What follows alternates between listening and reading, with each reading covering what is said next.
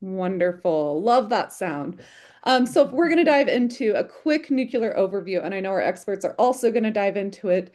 Many of you who are here have probably heard about nuclear, whether the nuclear weapons of the Cold War era to today, with nuclear energy, and just seeing the full life cycle of nuclear energy. While it is being promoted as a clean energy source, carbon-free emissions, many other names, we recognize that when it comes to climate change, nuclear energy may only be carbon-free or clean at operation. We need to look at the full life chain of this industry, from the mining and milling of the properties that are needed, the minerals that are needed, conversion, enrichment, fabrication, running the power plant, to fuel storage, recycling. It's more reprocessing, not necessarily recycling, which still leads to waste that must be stored for thousands of years. We haven't even reached and don't know what it means to store this waste for thousands of years. We're also here because here in Utah, we are no strangers to nuclear fallout and radioactive contamination. We know what it means for our families to be exposed to radioactive materials and to be told that it's safe, that it's fine, don't worry about it. And that's why he really wanted to bring this expert series, because we have learned since that time. We have incredible experts like those here today who know what it means to be impacted by radioactive exposures and what that can mean for your future. Utah is also home to the only operating uranium mill in the country, which has a lot of its own issues, as well as the restart of uranium mining in the Four Corners area. So this runs deep in our bones, both metaphorically and physically, when it comes to radioactive exposures. And that is why we're wanting to host this today, especially as Utah is pushing nuclear energy and the entire life chain. Utah has submitted a response to the Department of Energy's request for information to if we want to host a nuclear innovation life cycle campus and what that means and where that's going. And we have been working with so many organizations to try and track all of these proposed sites and where they might be to your community, how close they might be, what the realities of exposures are. So you're seeing this picture. You guys are getting a sneak peek of a map that Hill is putting together that will be live in a couple of months or a couple of weeks, thankfully, a couple of weeks, to show you how close all these proposed sites are that could harm your families in the future and today. You've seen many uh, news articles about it recently. They're pursuing everything from uranium mining, milling, processing, enrichment, reprocessing of spent fuel to long-term and permanent disposal of spent nuclear fuel that already exists. And this is some concerns we have because this is being funded by taxpayer dollars. If you're in Utah, I'm sure you've seen a couple of billboards that are up and down I-15. Those are taxpayer dollars. And we want to make sure that as we have these conversations, that communities are included, these actions are thoughtful, and long-term considerations are put into place. Um, and we want to talk about the local impacts. These are just some pictures. Again, this is a uranium mill in the La Salle Mountains. Over here, if you can see it, is the proposed campus by the Great Salt Lake.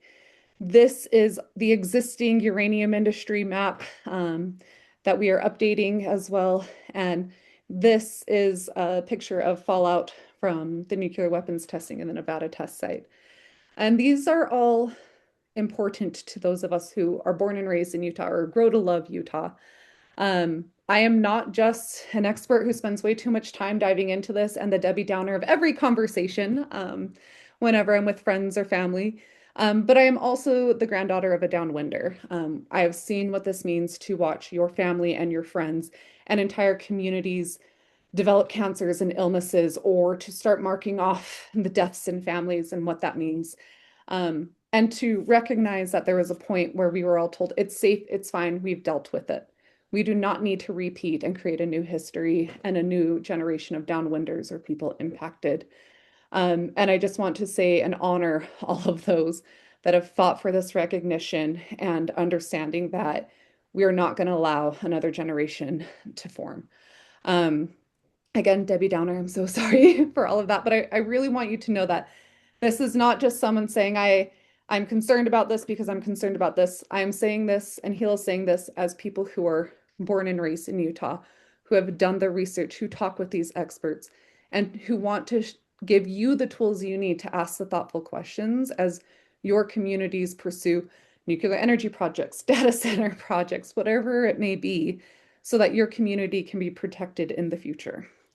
I also really just want to highlight that we have a chance to voice our concerns where we may not have in the past.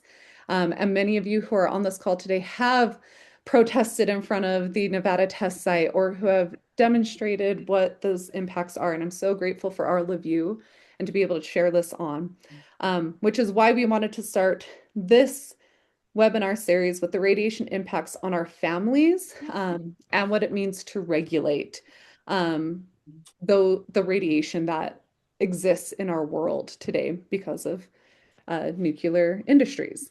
So today we are going to kick it off with Cindy Folkers of Beyond Nuclear and Mary Olson of the Generational Radiation Impact Project. We are going to start with Cindy, who is just an incredible expert in all you do. I do have some intros. I'm so sorry. I'm going to read them and embarrass you as we do. And we all know the life of not being able to find our notes when we're presenting. So Cindy, since joining Beyond Nuclear and its founding in 2007, so almost 20 years ago, Cynthia Folkers has focused on ionizing radiation and its impact on health and the environment from a scientific, historic, and human rights perspective. She is a radiation and health hazard specialist at the Beyond Nuclear, focusing on the health and ecological impacts of radioactive exposure and policy oversight. She advocates for fully protecting the health of females and early life stages in the face of uncertain health outcomes.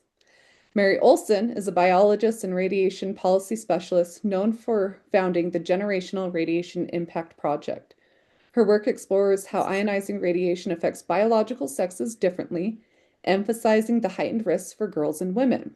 She is a prominent voice in international nuclear policy discussions linking radiation exposure to humanitarian and gendered health concerns. So if everyone is ready, looks like we have another person joining us. We will kick it off with Cindy, and go ahead and let me know when you're ready for me to move to the next slide. Thank you. Okay, go ahead, move to the next slide. Thanks. Can you hear me?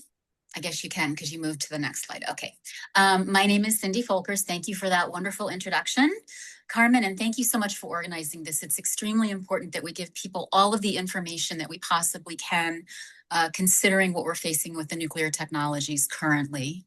I want to discuss the health threats posed by yet more nuclear technology in our midst. So our environment and our bodies already carry radioactive pollution from our manufacture and use of both nuclear weaponry and nuclear power. I call this legacy radioactive pollution. So your communities in Utah are among the communities that have been exposed to more radioactive pollution than some other communities have. So I want to walk you through at a higher level, what studies are showing about health impacts of exposure to legacy radioactive pollution, and also introduce you to the concept of historic dose, including the harm posed by historic doses to generations that were actually never exposed to them directly. Next slide, please.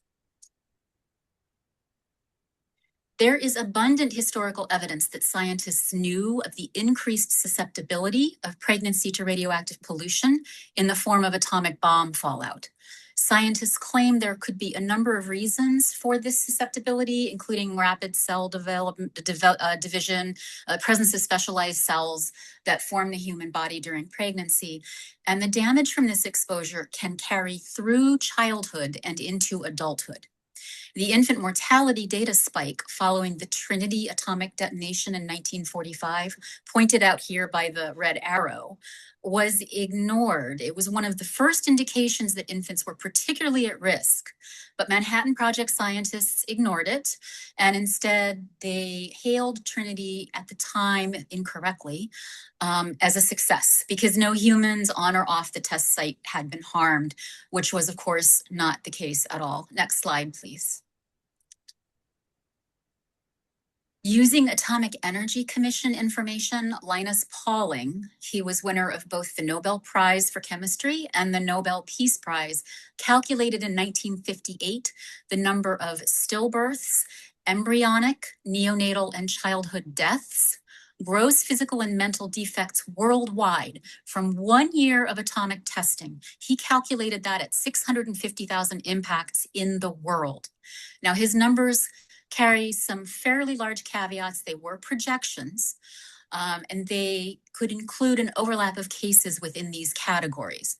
Above ground atomic testing continued for nearly 2 decades in total. And remember, his calculation was for 1 year of atomic testing. And in fact, in 2004, there was a study that calculated about 80,000 excess early neonatal deaths in West Germany due to fallout from the global atomic bomb detonations. According to the Environmental Protection Agency, each one of us carries in our bodies remnants of radioactive pollution from atomic bomb fallout. Next slide, please. A landmark report released by Norwegian People's Aid warns that past atmospheric nuclear tests are on course to cause at least 2 million additional cancer deaths worldwide. This is a stark reminder that the consequences of nuclear testing are far from historical. This legacy exposure, represented here by this map, which was created by researchers at Princeton. This is a different report from the Norwegian People's Aid report. So there's 2 reports I'm referencing on this slide. Note the white space on this map. Should it have been there, would have indicated no deposition. But please note again, there is no white space on this map. We are all downwind. Some of us are just more downwind than others. Not only did the bomb fallout produce historic doses that each one of us must contend with as we are now facing further threat from the nuclear bomb and civilian industries, but this pollution still exists and it continues to expose us. Next slide, please. Research on birds concluded that damage from initial radioactive deposition from the Chernobyl civilian nuclear reactor meltdown, 40 years ago it happened this month, in what is now Ukraine, that continues to play a role in causing mutations in birds 9 to 11 generations later. These concerns about cross-generational damage from radiation exposure cross into humans with a warning that radioactive pollution in the European part of the former Soviet Union since the 1960s has made individuals more susceptible to radiation damage from Chernobyl fallout because they were already genetically vulnerable due to previous exposures. And research is showing that newborns in regions with radioactive pollution from Chernobyl have higher birth defects, including birth defects called de novo, which means that they are appearing for the first time in the populations that are being studied. A recent report by scientist Arjun Makajani finds that different lines of evidence point to the conclusion that exposure to ionizing radiation creates adverse multi-generational impacts. And since at least 1948, impacts like these have been suspected, even they would occur at what experts are considering low doses. Next slide, please. Both nuclear weapons and nuclear power in the US rely on uranium fuel, which is primarily mined on lands of or nearby Native American communities. Now, uranium has both a heavy metal and a radiological impact on the body. And uranium and its decay products release alpha radiation, which is a type of radiation that is far more damaging inside the body than outside the body. According to new research, in fact, the impact of alpha radiation inside the body is currently underestimated by orders of magnitude. This graphic shows where uranium and just 5 of its many decay products can travel to and through the pregnant body.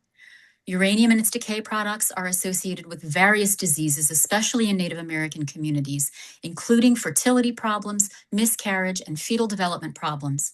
Exposure is also associated with blood diseases or dysfunctions, heart, liver, and kidney diseases, possibly Alzheimer's and Parkinson's disease, and various autoimmune diseases, including multiple sclerosis. Next slide, please. The use of nuclear power releases radioactive pollution into our air and water. Sometimes a lot of radioisotopes are released from nuclear power catastrophes, like the one in Fukushima, Japan, or the one in Chernobyl, Ukraine, contaminating many hundreds of miles. But you don't have to have a nuclear catastrophe to release radioactivity.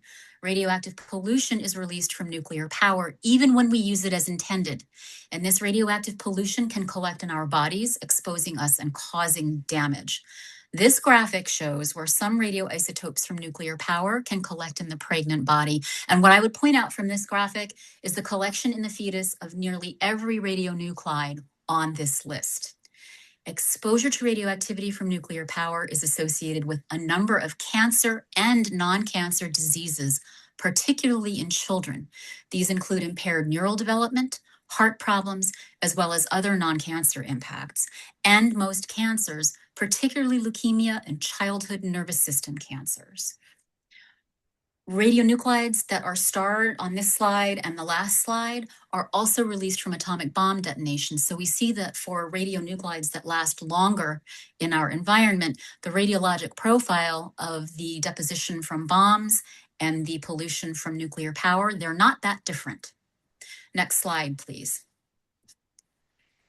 In a recent report, David Lochbaum, nuclear engineer and author, examined compensation for radiation exposure. He reveals that the Radiation Exposure Compensation Act, also known as RECA, provides compensation for those who have illnesses known to be caused by radiation exposure and who were exposed to radiation from U.S. nuclear weapons testing and uranium mining. An additional and similar program exists for nuclear workers. Between the two programs, about $33 billion has been paid out to people, 98% of whose illnesses occurred at radiation exposure levels below the government's recognized hazard thresholds. The government sets these threshold doses despite science showing that no exposure to radiation is safe. Next slide, please. There have been a number of attempts by nuclear technology proponents to mask radiation's dangers. One prominent technique is to gaslight those who express concerns. Most of the time, these attempts to gaslight focus in on women for any number of reasons, but they also do focus on marginalized communities. Next slide, please. The radium dial painters, mostly young and female, were dying in agony. Their bones disintegrated within their bodies, their jaws fell off, they got bone tumors. Their employer, US Radium Corporation, for its part, blamed nerves and syphilis rather than radium for the employees' illnesses. The company also fabricated doctor examinations and reports. All of this was in an attempt to silence this issue and these women. And please note that these exposures to these women were internal.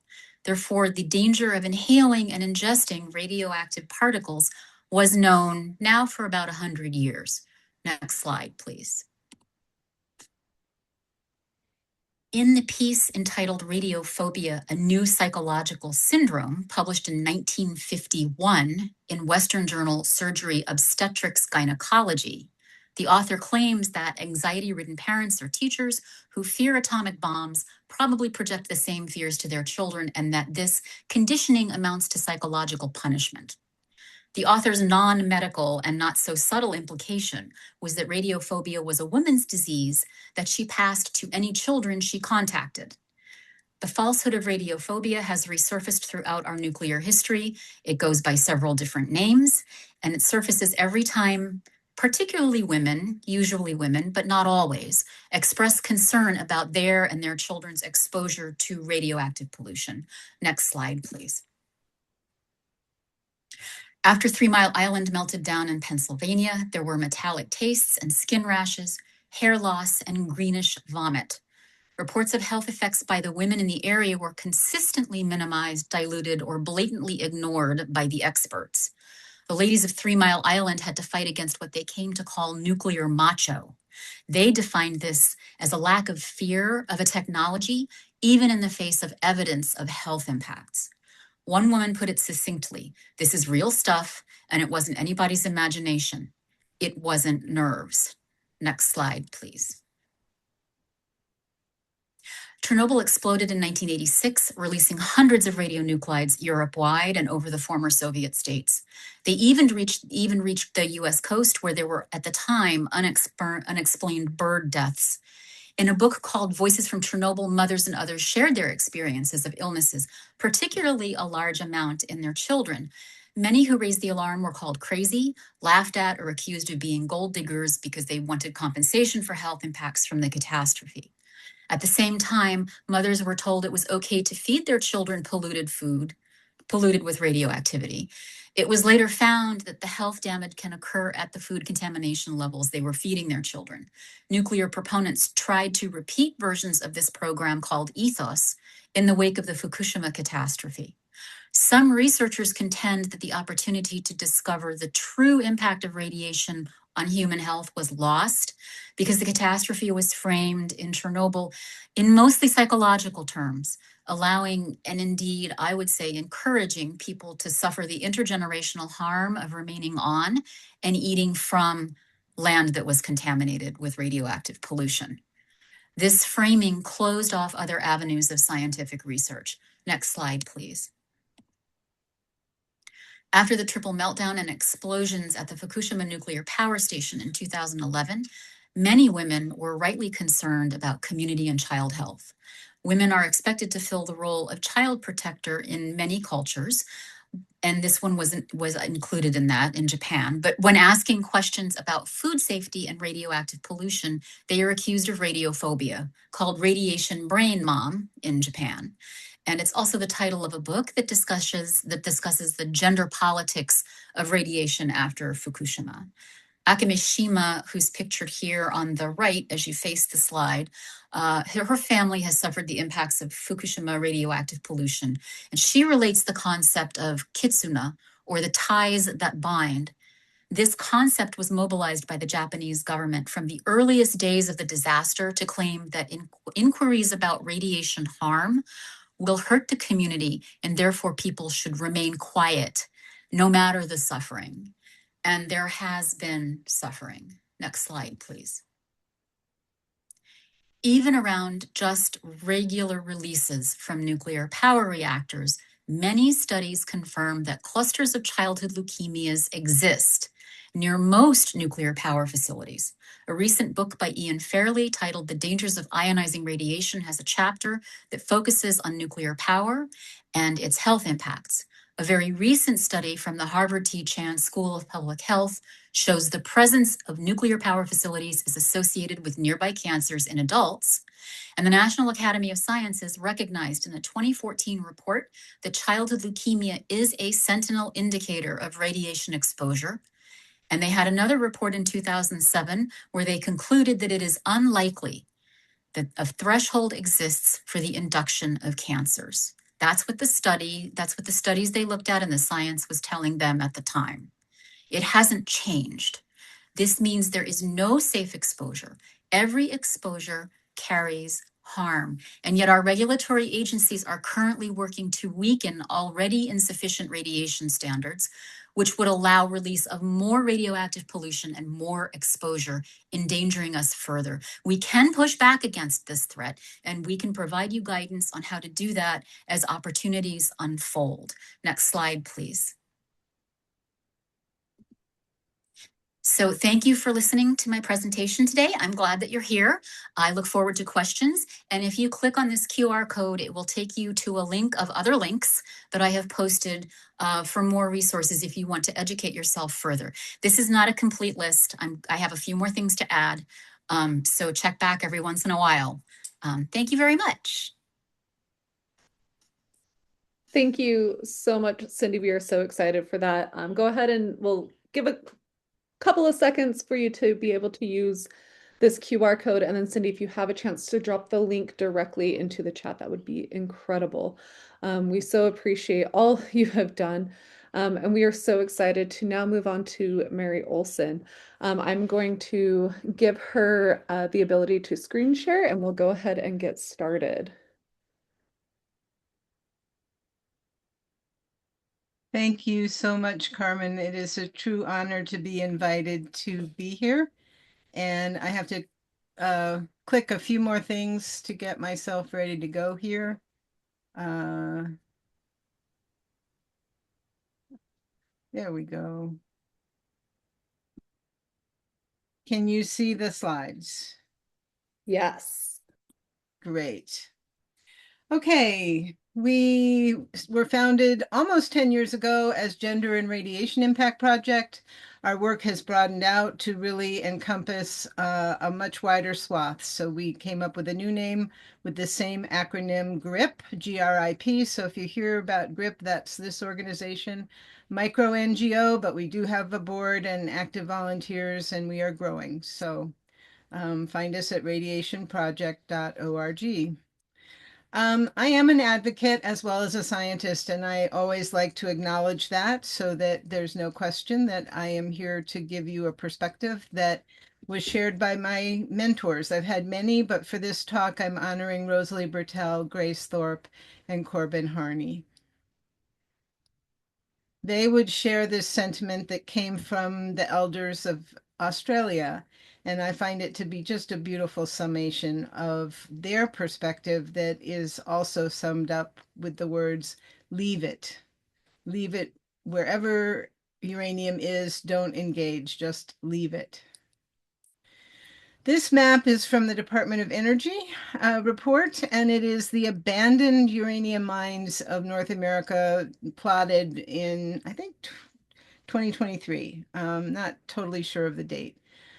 I want to make a couple of points with this map. The first is that, yeah, people walk away from industrial and commercial activities, but this has left a tremendous amount of radioactive pollution we're going to look at in a minute.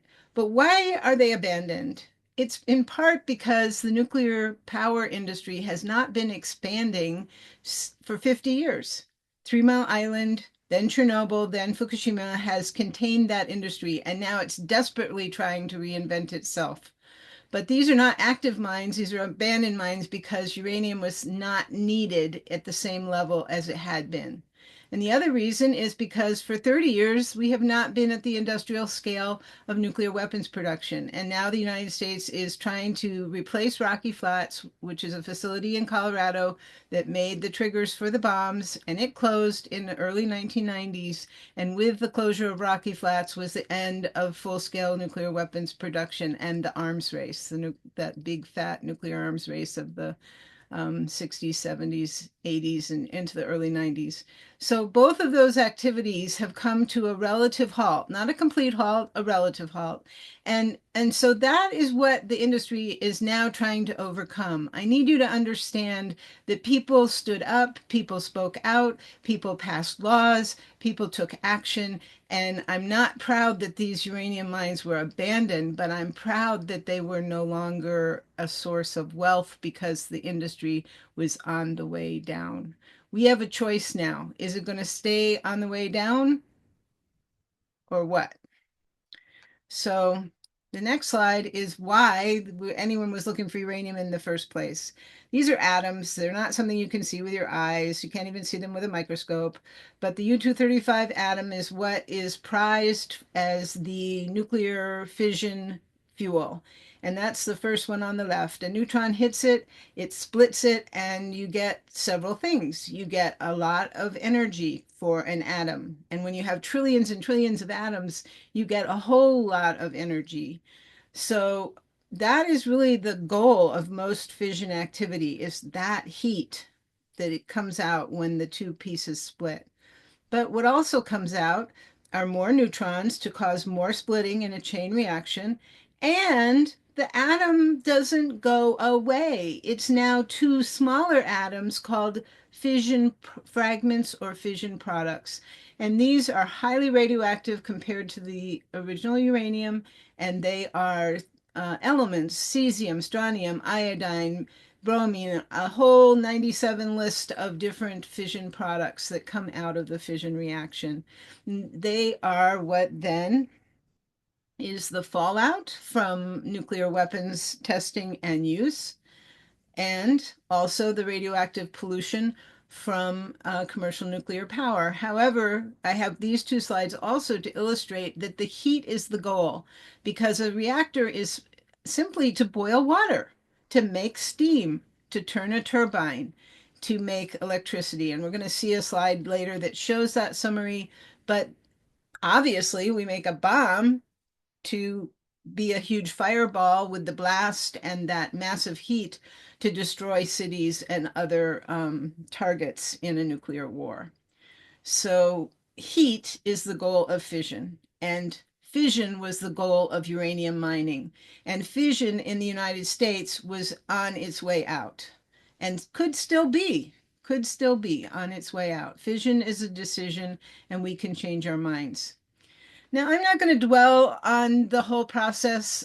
You can look it up. There's many steps, and we're going to look at those steps individually. But suffice it to say, we take the uranium out of the ground in multiple ways. There's then ore, which is then processed to produce the purified uranium. That's then turned into a gas, so it can have the U-235 increased as a concentration. And that gas is highly problematic, but it then gets condensed into a ceramic form, which is the nuclear fuel, which is then used in a reactor to either make lots more plutonium for bombs or in a power reactor to produce electric power. And then it's that fuel that is the most concentrated, highly radioactive, lethal levels of radiation, has to be cooled actively for decades or it melts. That is the real actual product for our planet of fission, along with the fallout from nuclear weapons testing. They are persistent and will stay with us forevermore. So we're going to look quickly at uranium mining. It's done in three ways. When uranium is in the ground, it's decaying, and therefore the deposits of uranium also have decay products, including thorium, radium, and radon, which are highly problematic for human health. But there's actually 14 total decay products that are all present in uranium deposits. So the first way that people got at uranium was going underground, and the miners were not given safety equipment. They often didn't have any ventilation, and so inhalation of the uranium and mining dust was absolutely a given. And they also weren't particularly educated, and so these individuals have had an extraordinarily high lung cancer rate. Today, this is what someone going into an underground mine would look like with adequate safety protection, but they're still bringing out all the dust all over themselves. And so that's what we're calling radioactive pollution. It's everywhere at these sites. There's no avoiding it. So the second type of uranium mining is open pit, where the ground is simply dug into all the way down to the uranium deposits.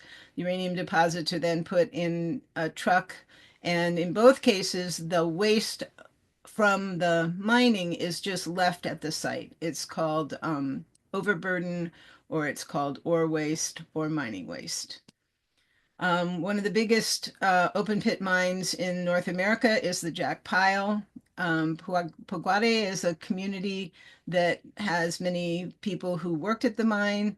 I've heard stories directly from them about the dust from the blasting for the pit mine coming into their homes, settling on their food, and they didn't really think anything about it. They weren't educated about this. Clean laundry would be covered with it, and a generation across this entire community were cut down by cancer. So this is what that abandoned uranium mine waste looks like in some sites. There's hardly ever signs. These places are not marked. They don't have, in many cases, any type of fence or gate or anything to keep people off. On the left is a much more accurate sign that anyone could read that really shows that radiation is a danger, and that comes from the International Atomic Energy Agency, and really, I wish was adopted everywhere. The third kind of uranium mining has to do with drilling a hole and pumping in acid, liquid acid, water with acid added, as much as 50,000 cubic meters per day going in the hole. It dissolves the uranium at the level where the seams are, And then the liquid pushes out to an outlet and brings the uranium with it. Um, this does reduce harm to miners compared to underground mining, but it permanently destroys groundwater aquifers in areas where there's a need for water. And both the acid and the uranium and the decay products are the problem. So I'm going to speed up. The liquid outflow is now a liquid waste that's highly caustic. It's acidic. They make ponds, artificial ponds. This is not a natural pond. It's the in situ leaching wastewater. Moving on to the milling of uranium. Now we have the ore. The ore has to be purified into what's called yellow cake, which is the uranium-238 and uranium-235 are the main components of that, and when they leave the mill. It's a huge mess. They use acid and alkaline to treat the material that they bring there and the ore that's brought there. And they again result in huge amounts of liquid waste. So this schematic shows at the top the ore being delivered. It goes through a bunch of steps. Then you start adding the acid or the base material, alkaline. The leaching steps then result in either going to the tailings. The mill tailings are this liquid resulting acidic and alkaline solution. And then the uranium material goes through many, many more steps until it is over on the right-hand side, yellow and being dried into a powder. And the powder is called yellow cake. I wish I had a picture of it. I had one, but I lost it. But the liquid wastes are enormous volume and they sit in these impoundments. And unfortunately, sometimes those impoundments give way. This is a picture of the Shiprock uh, impoundment dam, Shiprock Mill impoundment dam that broke in July on the 16th in 1979. Earlier that year was the meltdown at 3 Mile Island, which made newspapers and TV reports. This huge event was actually not well documented at the time. I only found out about it relatively recently, and I even work in this field. So I just want to take a moment to say that it's the largest spill to date. When the dam broke, there were about 94 million gallons of the acidic mill tailings that broke out of the impoundment pond. And they found their way to the Rio Puerco River, which I guess is a duplication, Rio Puerco. And it carried 1,100 tons at the minimum of radioactive solids. These are government numbers, and I'm sure that there have been other documentation that may make this situation even worse. But even at this level, it is the largest radiological emergency that's occurred in the United States. Unfortunately, there was very little response or help for the local industries, local people, first off, and local businesses, the livestock and agricultural production. The radioactive mess flowed for 80 miles down that bed, and many, many people and their crops and their animals were affected. This photo is from MACE, the Multicultural Alliance for a Safe Environment, and they hold a memorial to mark the event each year. So very quickly, uranium processing. I don't have time to explain enrichment, but it takes the level of naturally occurring uranium and increases the concentration of the fissile, the one that will split, which is U-235. It increases the concentration. This is a centrifuge approach. Then once that's done, you actually have another stream that's not shown here of depleted uranium that goes off as a waste or a commodity. And then the enriched uranium becomes fuel and it's fabricated in a ceramic form and sent to reactors. Now I'm going to quickly cover what I call traditional nuclear energy. which is what's operating today. This is the only type of energy operating today in the United States. This map is 2023. The colors are the regions, not any particular thing about the reactors. It pictures 94 operable reactors.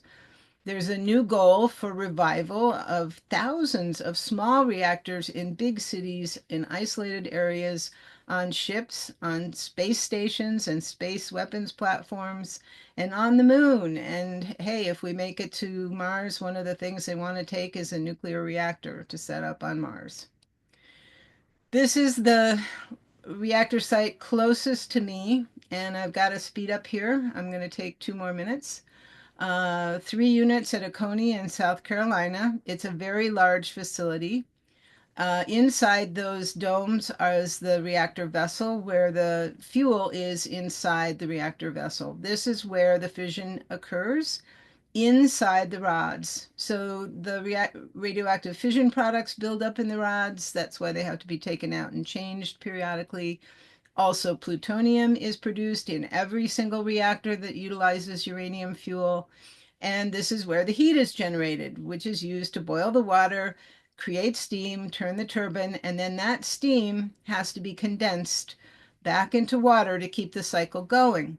And the concern about a raising temperature on our planet is not for nuclear safety. As long as you have liquid water, you can cool the core.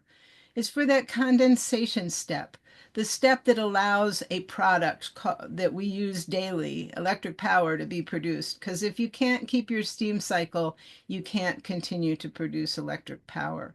And in the big heat waves in Europe and in the United States, reactors have had to go to low power and even offline because the condenser cooling water was too warm to be able to make electric power. This is a control room. This is a comparison between the existing reactors in the background, those cooling towers. Inside the circle is a little person standing there. We have now proposals for small modular reactors, which is the middle one, and also micro reactors, which are the ones that I've been referencing for distant locations. Cindy talked extensively about this, but it's never can be said too often that all of these steps, every single one, produces radioactive pollution that goes into our environment and the environment of our ecosystems that we depend on for our lives. And as these orange arrows indicate radioactivity moving through, it's our cells that are impacted. You don't get a broken arm or a broken leg from radiation exposure unless all the cells in that bone have become weakened.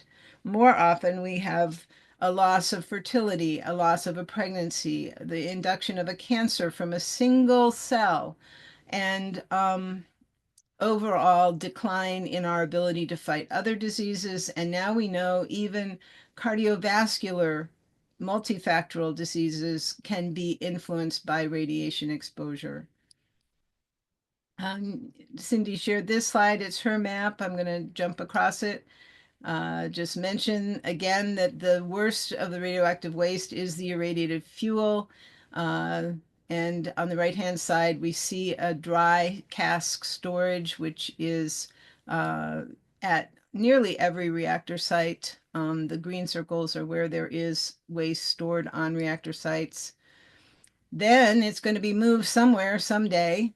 And the one on the left is a real transport container that's been used. And behind it is a reactor dome. Behind that, the cooling tower. On the right-hand side is one of the initiatives that was undertaken by Nuclear Information and Resource Service in the 1990s, and I believe by Beyond Nuclear after that, and many grassroots organizations to illustrate the impacts of radioactive transport with containers that will never hold irradiated fuel. They're just made for education. That's the one on the right. And the reason that we focused on the transport is because you go from the circles on the previous map of where the waste is stored to thousands of containers on trucks and on trains moving for anywhere from 20 to 30 years, depending on the scenario, and the distance from the original site, to, in this case, Yucca Mountain in Nevada, which has also come to a standstill. And if they try to relicense it, the Shoshone people and the state of Nevada are very ready to challenge in court 90 to 150 different contentions that show that there is no technical basis for burying waste at that site, every reason to believe that there will be volcanic activity there in the not too distant future, thanks to a row of lava cones, the youngest of which points directly to the waste site. You can see it with your own eyes if you go there. So this was a map that we had to publish because it was being, you know, litigated in Congress and in court, but no waste has ever moved to Yucca Mountain, and I don't think it ever will. So we looked at a different scenario. What if it all went to South Carolina for reprocessing? And that's my final little section here. Reprocessing is the extraction of plutonium, the separation of plutonium from irradiated fuel rods, and the purpose for this is primarily to make nuclear weapons. However, there are new proposals to use plutonium fuel in these new reactor designs. And all I can say is that plutonium likes to fission faster and faster and faster, because the hotter it gets, the faster it goes. It's a Maserati. Whereas uranium has a negative coefficient of heat, meaning the hotter a uranium fission reaction gets, the slower it goes, the more you have to push it. So it's like having an old Ford Valiant with a slant six compared to having, you know, drag racing with a Tesla. They go so fast. So good luck trying to have day in, day out control of plutonium. It is very unlikely that it will do well. There's a new reprocessing technology. I'm going to skip over that. And I'm just going to say that, yes, there's a whole website for volunteers for the Nuclear Life Cycle Innovation campuses. They want as many as possible. They want have a list of all the things that I've told you about already. They aren't proposing mining, but I suppose they would if they could. So every step in the nuclear fuel chain is being seen as a possible neighborhood activity. Again, the reactors are small. They're trying to get rid of the emergency planning zones. This is a hypothetical for the design closest to me in Tennessee on the Clinch River. Um, they have to multiply the reactors in order to get the same amount of power. So I really don't understand why anyone thinks this is going to be smaller. It's going to actually be bigger by the time you multiply the number of reactors.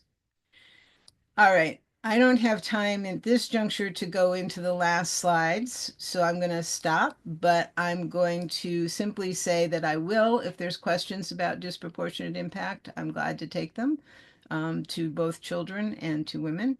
And I always love to end with this slide because it is a photo of health, nuclear health. These women and their attorney in the middle stopped a nuclear waste dump from coming to their traditional historical lands. And you can see that stopping that facility is more than avoiding radiation. It's empowerment and it's joy. So thank you very much for listening.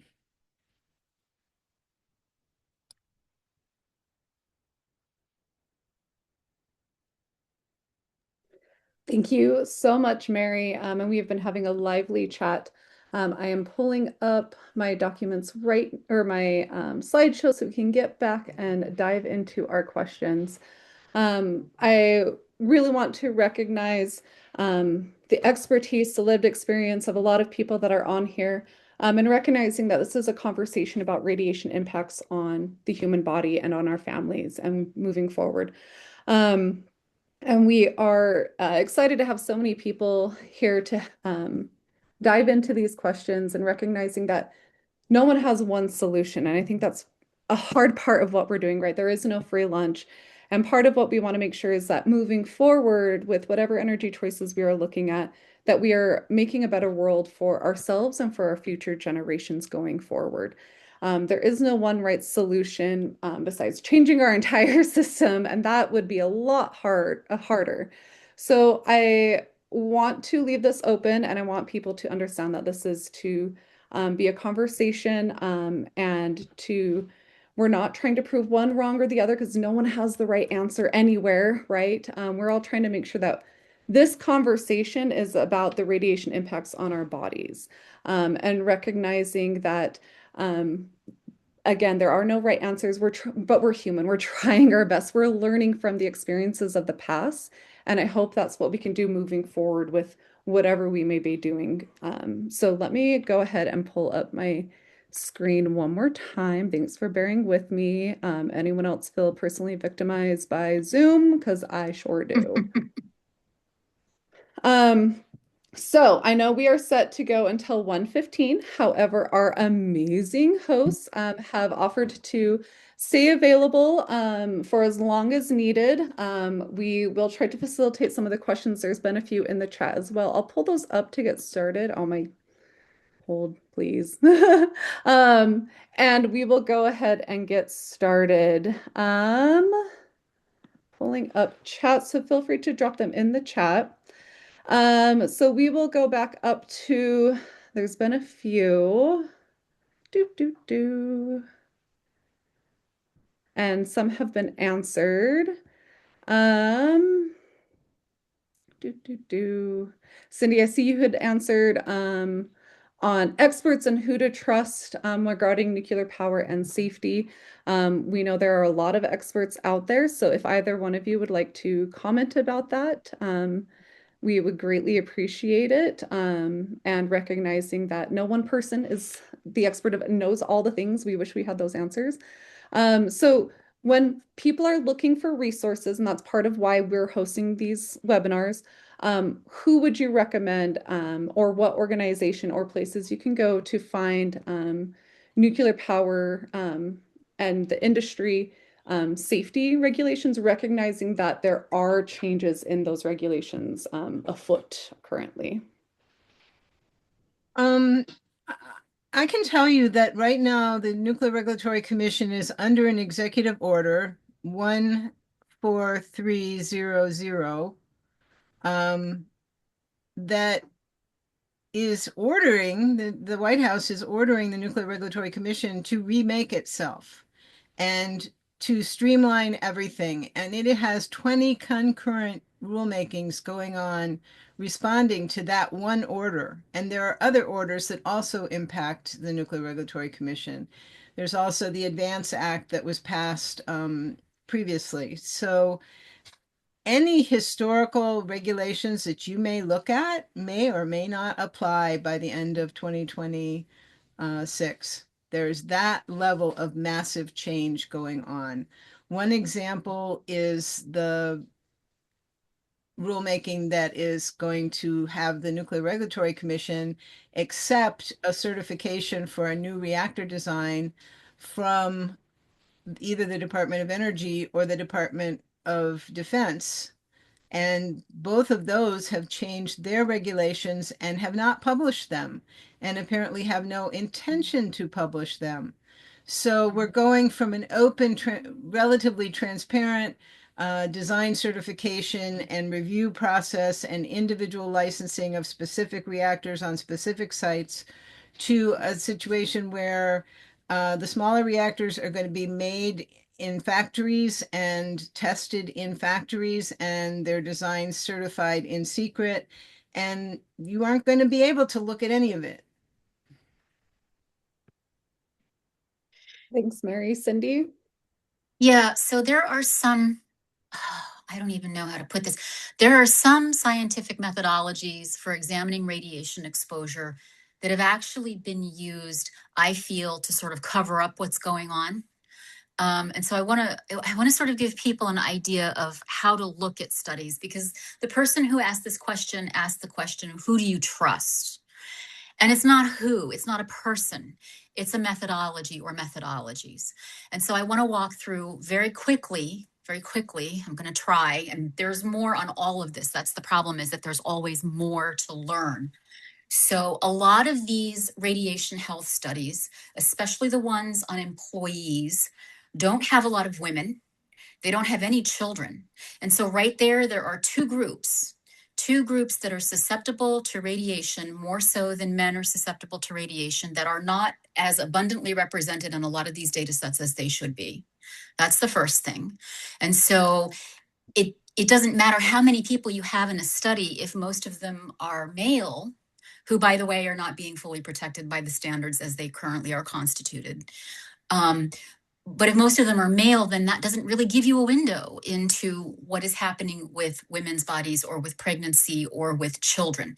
The only way you're going to be able to necessarily look at that is if, in a sort of broad way, is if you look at the populations who are not workers, but who are environmentally exposed, right? And when they start these studies, they always want to say, they do the dose reconstruction first. They try to see how much radiation people were exposed to, but they have no way of knowing who inhaled what or who ingested what. That's really a question that needs much more scientific rigor and different processes than they often use in these studies. And so what ends up happening is, a lot of the times they'll look at the study, they'll say, well, the doses were not high enough to cause X problem. But then in the study, they will often find increases of X problem. Let's say it's childhood leukemia. Then they have an increase of childhood leukemia, and they have, would they know that there was likely radiation exposure, because NAS has told us that there was likely radiation exposure if there's childhood leukemia. But they say, well, the doses were too low to cause the problem. And so what they have is a bunch of disease endpoints with no explanation for why they're there. Okay, so those are that. And then there's the statistical significance question. Really quickly, they do a statistical significance test. It's usually 95%, meaning that there's 95%, there's a 5% potential that the impact that you're seeing in the community, the health impact, is due to chance. I would like to, because we know what radiation is capable of causing, I would like to see that statistical test go down to about 90% or so that when you're looking at these studies, you can actually see what this causative agent might be doing, and not try to hide behind statistical significance when actually you're seeing an increase in whatever disease you're looking for. But you're saying, well, it's not statistically significant. I can guarantee you that the parents of that child that has leukemia thinks that their leukemia is significant, right? And so this is sort of the language that's used, and the way that these methodologies and the statistics are used can be used to mask, right? So this is sort of the scientific way of masking what's going on. And so the methodologies that have been chosen throughout history, and it's not just me saying this, it was Steve Wing, an epidemiologist with North Carolina Chapel Hill. He said, decouple the dose reconstruction from what the disease endpoints are in the community, because you'll see that the disease endpoints, particularly for childhood leukemia, will increase. And you may or may not think that the doses are the reason why, but then you're left with an explanation that is no explanation. There's no reason for why there's an increase in disease. So I'm just going to stop with those 3 examples. I have many, many, many, many, many more, but that's enough for now. Thank you, Cindy. We're going to read a couple more, and then Jen, I see your hand raised, so I'll get to you. We'll ask a few more of these questions that have been in the chat. I want to recognize as well that with all of these studies that are going on, we also have lost a lot of people, including family members, friends, neighbors, from the radiation exposures of the past. And while nuclear energy, while it's running, may not produce the same type of radiation that we saw from that experience, the radiation from uranium impacts, from mills, from tailings, different things like that still impact us. And what we're trying to emphasize is that radiation is harmful to living cells. We know this, we see this, and we're gathering the data. And a lot of that data has been lost because we are losing the people that have experienced that, and they are getting further down in the generations. And studies are hard, right? Science is hard. It's long term. It takes a lot of work to do this. So we are hoping to continue facilitating discussions like this where we can show that we still need to do studies into this area. We need to ask, Who's at risk when pursuing all types of energy projects? We need to talk about the timelines when they're coming along. So another question that I wanted to hit on, there have been some people answering as well, has to do in particular with waste. And again, recognizing that, this conversation is focused on the radiation impacts um, from the nuclear fuel chain, the waste is part of that. And there is the waste from the front end and the back end. And if either one of you would like to talk a little bit about that, born and raised in Utah, we know about the waste site in the West Desert, and what it means that while it's been shipped safely, we also know there are train accidents that occur. There are proliferation risks. We have seen what countries do when other countries have stored nuclear facilities, things like that. So we really want to ask, what are the radiation risks of the waste of the full fuel chain? Not just the spent fuel rods, but also, as both of you highlighted, on the uranium industry as well. Can I share one of the slides I didn't get to show? Absolutely. Let's see if you can take it over. Did it work? Can you see that?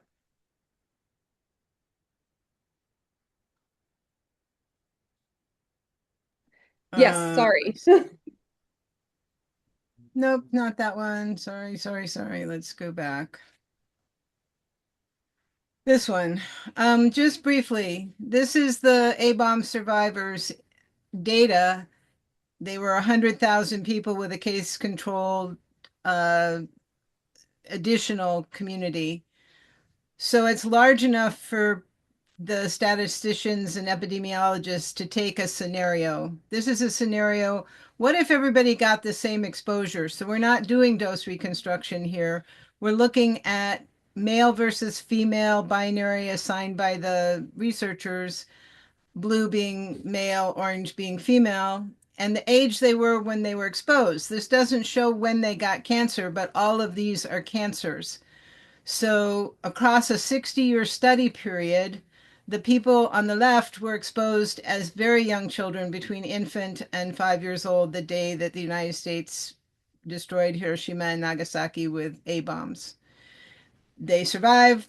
They were studied for 60 years. The children are on the left. The octogenarians who were exposed, they were 80 years old in 1945, all adjusted for, you know, how you make it so they're all being compared correctly to each other.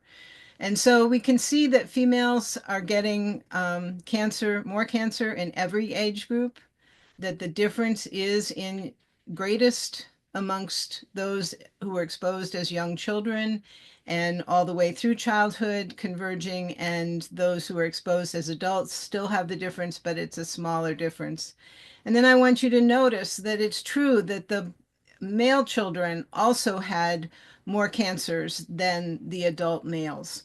So we see two effects here, the greater impact to children and the greater impact to females, which makes young female children the most impacted group of radiation. This is the biggest study ever done, case controlled, 100,000 people. The whole thing was set up for this purpose, and that's the result. So I have no reason to say it would be any different for any other community or any other type of exposure. I think we have work to do to answer the question about, radioactive air, food, and water, but the precautionary principle tells us to don't say there's nothing until you find something. Precaution says protect because you have a basis for needing protection, and then continue to work, and then make appropriate action. So yes, every single radioactive emission from every single part of the nuclear fuel chain can become an exposure. Of course, they don't all expose people, but those that do come to us primarily through inhalation, through drinking radioactive water, or eating food that was irrigated with radioactive water. The food chains concentrate the heavy metals. So as you go up the food chain to the infant child who's breastfeeding is the top of the food chain. So you have the highest risk to those children, both male and female, but double the risk for the female children. And so, as a society, if we can't hear this siren, see this flashing red light, there is something deeply troubling about this. And I believe that mothers and fathers and grandmothers and grandfathers have a responsibility to learn more, to ask more questions, to become comfortable with this information, and to carry it forward to others so that we can all protect each other. Thank you all. We have a few more questions. Jan, you have been patiently waiting with your hand raised. If you want to come off mute and ask your questions, we would appreciate it. Uh, I think that this seminar has been absolutely wonderful. And Cindy and Mary have both appeared on Night with the Experts, the NEIS program. But I did want to bring your attention to the announcements for tomorrow night that David Lochbaum will be discussing the Executive Order 14300 that Mary and Cindy have mentioned. I put my email address in if you need to uh, register for that. And I'm sorry to repeat this, but Mary's talk about the precautionary principle is one of my pet things. We really need to emphasize that we must be aware that if we don't know what's going to happen, we don't build the nuclear power plant. And then I also, it's probably not news to people in Utah, but Governor Cox has accepted the idea of having an NFIC out in Tooele County, claiming that it's isolated. And then he says, well, it's close to this Air Force base and it's close to this railroad and blah, blah, blah. But it's very isolated. Anyway, that is my comment. I'm sorry I talked too much. And thank you so much for this seminar. I appreciate it. Thank you, Jan. Thank you for all the questions, all this discussion that is going on. There is another one that I wanted to get to, and if we haven't addressed some of your underlying questions as well, please drop them in the chat again or raise your hand, come off mute. And one that Cindy kind of started responding to, but we're going to hit on it because this is something that is looming in our future, right? We recognize that we are having a climate issue today. For those living on the East Coast, you had an unprecedented winter. Many of you were buried in. And here in Utah, we had no snow, but we had 2 inches of snow settle in last week. So climate change is all on our mind. With carbon emissions heating the planet at an unsustainable level, we recognize that. How would you balance and reconcile the global health risks related to climate change versus localized risks of toxic exposure to nuclear operations and waste? Again, you guys may not be the nuclear engineer experts to come up with the solutions, but as people who have researched communities, and what would your response to that be? Mary, I saw you raise your hand. Yeah, briefly, I want to leave time for Cindy. Okay, there have been one major radioactive release from commercial nuclear power every decade, except for the there's one decade missing, but these releases have had global fallout, not the same as a nuclear weapons fallout, but radioactive fission products spread across the northern hemisphere in quantities large enough to rival single nations nuclear weapons testing. So a reactor, major reactor accident is a global event. They have happened, starting with Windscale, events in California at Santa Susana, 3 Mile Island, Chernobyl, Fukushima, and I'm leaving out some smaller ones. So it's not fair to say that there is no global dimension to nuclear energy. There definitely is. Then locally, there are ongoing emissions, not it doesn't take an accident. Radioactivity is coming off the reactor constantly. The tritium is a product of electrolysis of the water. Radioactive hydrogen crosses the brain barrier, crosses the placental barrier. The exposures to the beta emitter is not trivial inside the body. There is constant bathing of the immediate community, but then we also have emissions that make it into weather patterns, and we also have bodies of water into which radioactive liquid wastes are discharged, and they travel quite some distance. We have Fukushima sending out tritium contaminated water into the Pacific, affecting many nations. It is just patently false to say there are only local consequences from the operation of nuclear power.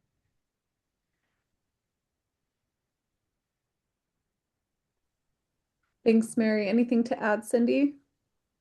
I put something in the chat. I Okay. also want to talk about, yeah, this is, I see things. I'm just going to look at the million person study for a minute. The million person study does not take into account children, if I'm correct. And I also don't think that it has a lot of women. And since we're having health impacts in those two communities, uh, they're the ones like Mary was just describing, then I don't know how good the, I don't know how proper that is, because there aren't, it's children that are the ones that are going to be, that are going to suffer the most. And the million person study doesn't really have children. So that's one of the things that I want to mention. Thank you, Cindy. Um, I see a few more questions that are looking to the future, different things like that. We've appreciated this lively conversation, continuing to share information, and really, we are excited to see so many people engaging in the chat and having these conversations, and recognizing that we're trying to build a future that no one can foresee, right? No one has a crystal ball to say, this is the direction we need to go, and this is the only direction. We need to deal with what has happened in the past, what is happening today, and plan for our future. And that is going to be a really difficult thing. If anyone has all of the answers, please raise their hand. I would like to ask things. I have lots of those questions. But one thing I want to lead us into, are there more questions? Mary, I saw your question about talking with policy and talking to decision makers. I think I'll tie into that a little bit in the last few slides I have. Thank you all for bearing with us. This is a lot of information to process and digest. Many of us who are on this call have spent decades, right, learning and researching, and there's a lot of information to it. And again, we just want to make sure that here in Utah specifically, that all of us as community members, as mothers, as daughters, as women, as men, as fathers, are all thinking about what we're doing in developing our energy future. So if there are any more questions, I'll give it one more minute in the chat. I'll see. Let's see. Um, Yeah, I think we've already talked on. If you guys would like to chat, I think one last one before we dive into taking actions. The comparison of radiation released from nuclear power plants or from radiation through the natural environment. I know that here in Utah, we have 1 in 3 homes have high levels of radon, which is a form of uh, uranium decay. And our concerns is one, that causes lung cancer, but two, if you add on additional radiation exposures, that increases the chances of cells misfiring, of causing issues. So we're trying to limit the amount of exposures that can cause issues in our future. But any last words about our human created radiation exposures compared to the natural exposures that exist? I want to just point out that in many, many cases, the radon would be lower if uranium had not been removed from the ground. And if the earth on top of the uranium hadn't been moved away, and that all of that overburden and mine waste has its own radioactive components. And so when it gets moved around, even distant from the mining location, And there's history of using it in road building and in foundations for parking lots and even foundations for buildings and even mill tailings used in those settings. So it's hard to call that natural. It is naturally occurring, but if the atomic era had never come along and nobody had ever wanted to do fission, it's quite possible that there would be lower. I'm not going to say no radon in homes in Utah. That's ridiculous, but lower. And then the other thing I want to be sure to add is that you'll hear someone saying, oh, a radiation level is lower than background. So why do we have to worry about it? Well, each location on the planet has its own unique level of background. Each bit of time has different events that expose people differently to naturally occurring stuff because we have things coming in from space all the time also. But that's the part you can't control. So if there's a part that you can control, even if it's lower than background, it's on top of background. You can't go below background in the sense of having a negative exposure. So it's always on top of background. And no matter how much it is, it's more because it's background plus. And so our goal in educating people is for people to be able to make choices to reduce the total amount of exposure for themselves, for their family, and hopefully joining together to make good policy decisions that do not needlessly increase these exposures when we have options that are not radioactive, which we have for both electricity and for security. Thank you, Mary. Um, and John, give me 1 second. I'll let you ask your question. And then we'll move on to what now. But one thing I want to recognize is that from studies, from experiences, from communities, talking to legislators coming from Utah and bringing maps of impacted neighborhoods marked off by X's. There's been plenty of films about it, including with Mary Dixon, who's on this call as well. We were able to show that there was correlation to living in southern Utah, developing cancers, living downwind of the Nevada test site. It is extremely hard to exactly pinpoint, right? We know that. We also know that there's been developments in science that show, okay, radon, you can now see the radon cause in lung cancer versus a smoker, things like that. But what's different with the Radiation Exposure Compensation Act is that there is an assumption that if you were in Utah or Idaho or New Mexico or many of these other places during 1951 to 1962 and you developed a cancer in your lifetime, that you were more than likely exposed to radiation exposure. And that is acknowledgement from the government. And we want to recognize that those people did not have a choice. They were living there, they were drinking milk, they were eating the food there. And we want to make sure that going forward, now that we have all this information, that communities can make their own choices. We have seen it come through our families. We have at least one downwinder on the call. We have at least one person whose grandmother is a downwinder, mother had several forms of cancer, and they're now an advocate sitting here with you today. So we recognize that there's a lot of information, and this goes back generations, and that we want to make sure we don't experience the same things for the future. And have greatly appreciated all the conversations. Jan, we're going to round off our questions with you as our last question. Oh, I wanted to say that my sister in Salt Lake City died from several kinds of cancer, and that there was a woman in St. George, and her name was Thelma. I can't think of her last name, but she's in Robert Del Chetti's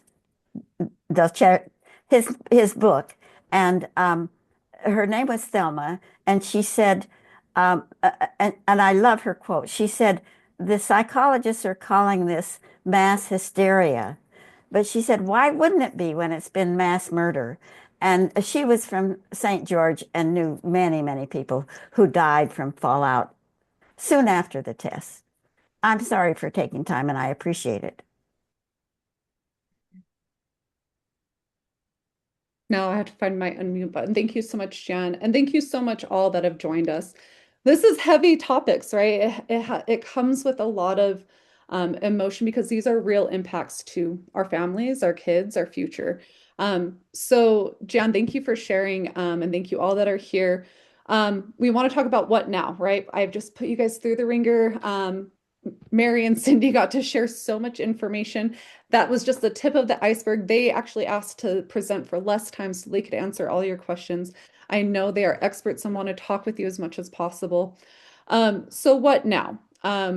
Keel wants to make sure that Utah, as we're moving forward with any energy source, we're having key community conversations, asking important questions, bringing experts like those here today. We're monitoring legislation, and we're trying to build coalitions and communities that are willing to have these hard conversations. Because again, if you have the answer to the solution that'll bring us to a stop to climate change, carbon emission free community where everyone is safe and secure and healthy and happy, I want your email. But we're not there yet. So we need to talk about for all energy sources when we look at our energy future, how much projects are going to cost, when is it going to come online, and can we afford to wait? Um, how much power will it provide, and who is the power for? Is this for everyday use for our hospitals, our schools, our communities, or for data centers? Do we have experience in building and operating? Where is the radioactive waste going to be stored? Who's bearing the burdens of uranium mining and milling, cost and waste disposal? How are local communities being included in decision making and not tiny samples? And are there alternative energy projects we can look at? Um, and I see the hormesis comment. That was another question. Cindy and Mary, do you want to talk about hormesis really quick? Yeah. Yeah. So, hormesis is the theory that a little radiation might be beneficial. That's how I've heard it said. In general, that is not true. The studies that I focus on women and children.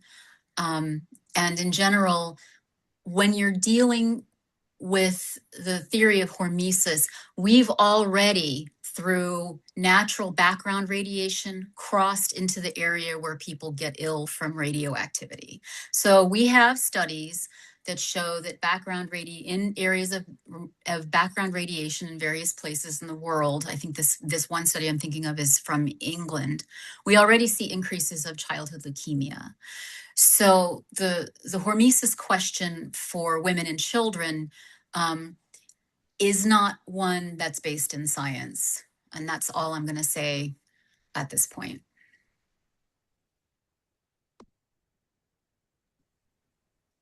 Thank you, Cindy. I think we need to keep looking into this. And I appreciate someone bringing that back up. These are questions we need to ask, right? Should we make sure we're asking our decision makers what their stance is on hormesis and how it impacts their granddaughters and what's moving forward? Because as you've seen in both of our presenter slides, that it impacts our reproductive organs and can be passed on intergenerationally. So what we need to see in our future going forward is just recognizing we need answers, we need independent studies, we need comparisons, and we need representation. We also need independent oversight. This was written before we started seeing the changes in the Nuclear Regulatory Commission, but we need to see oversight in all of our regulators. We are glad to hear in Utah, our state regulators are trying to step up and make sure that they don't repeat history, but that's a really hard shoe to fill to make sure we don't repeat this history moving forward. So if you would like, you can act now and ask our governor to make sure he's including communities. If anyone is from Tooele, we heard there was a study done where they only studied 200, or they did a survey of 200 people, and there are over 73,000 people in Tooele County right now. So we want to make sure every voice is included. Feel free to fill out this action alert. I will also try to drop the chat as well. And I also want to emphasize something that Mary and Cindy both briefed on is the conversation of the changes in the Nuclear Regulatory Commission and how that's going to impact our future and what that can mean for exposures. And so There are upcoming changes, there are deadlines coming up, and we want to make sure that your voice is heard, no matter what direction, because we want to make sure communities have a choice in their energy future. And I believe I've dropped that in the chat. We also want you to stay informed, have conversations with your decision makers. Mary, this goes to your question of keep sharing this information. Mary Olson, I am so excited to share more images of Reference Girl, all of this information because Mary Dixon on this call, Steve Erickson and I, we have shared the study, the map of the 93 atmospheric tests with our legislators, which finally got RECA expanded to include all of Utah, which took, I probably almost, Congratulations, yes, everyone who worked on Yay. that. So huge, so huge. huge. Congratulations.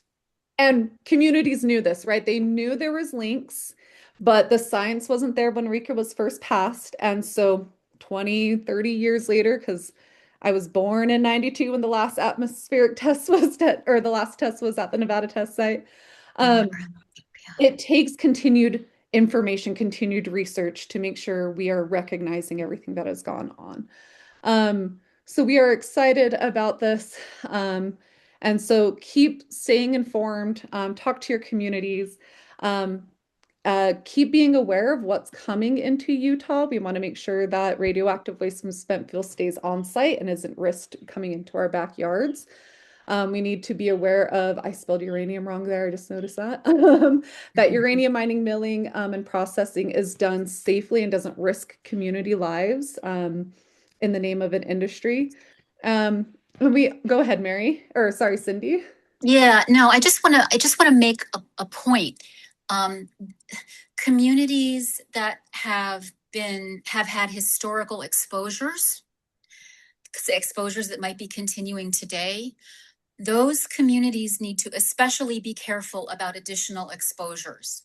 There is a historic dose problem with this in that it makes future communities less resilient to any exposure to radiation that they undergo. And my part of the reason that scientific studies are so tricky isn't just because of the methodologies that they use or don't, but it's also because it really is a snapshot of, maybe a single generation if we're lucky. But the problem is that if you compound the generations with radiation exposure, you may not be looking at an end result that you can categorize using the old methods or using the old numbers, right? And so we have to be very, very careful because there is compounding generational damage. We do have evidence for this. And we have evidence for animals whose generations are a lot shorter than ours. But there is no proof that we are that much different from them. So I just wanted to throw that out there.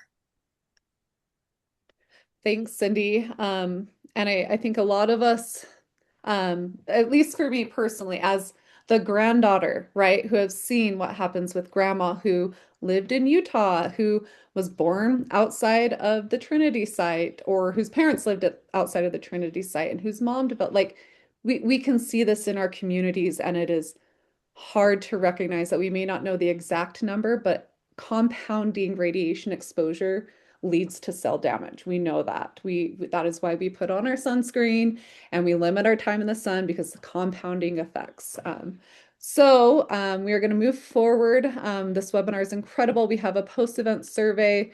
I'm only going to leave this up for a minute. I've dropped it in the chat. Please use that. And we are so grateful to these incredible advocates, mentors, experts that are sharing this. And you have so many experts on this call with you as well. I have seen a question about when the next in the series is, and we are already working on that. We are hoping to host that one in July of this year, likely around July 16th. I'm sure many of you recognize that date. But for fun things, we will be at the Kilby Block Party here in Utah. We will continue our nuclear expert webinar series focusing on a lot of specific issues. We're trying to break it down because there's a lot to digest. We have a spring fundraiser. Also, additionally, we will be preparing for the Nuclear Regulatory Commission changes, making sure your voices are heard. And then Personally, and for those who have known me working at HEAL for the last couple of years, I'm continuing our Radiation Exposure Compensation Act information sessions. We are helping you apply, find the right information, where to go to find your things.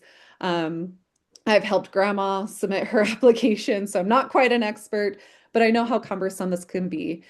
So HEAL is in it. We are part of your community. We want to continue sharing this information with you all.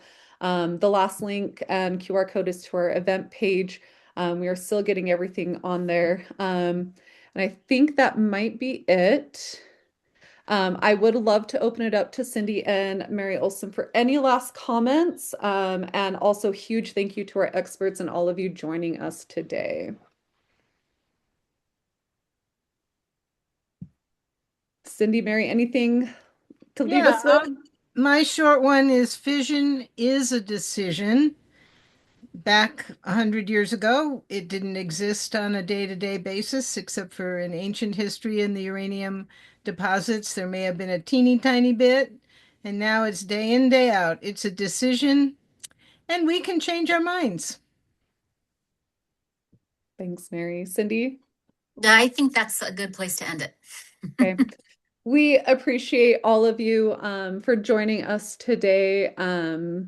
And we just thank you for the time, the consideration, the thoughts. And we look forward. Keep following us. We will be sending up a follow-up email. We hope to get this video up as soon as our comms person is back from their well-deserved vacation. And continue to engage with us, engage with these awesome experts. If you have a chance to learn from them, I highly recommend. And to continue recognizing there are so many people that want to share their story, their lived experience, and make sure that you don't experience that as well. So thank you to our experts and everyone today, and I hope Thank you you, have a great rest Heal. of Thank your you, day. Heal. Thanks, Yay. Mary. Yay, thank you. Bye all. Bye.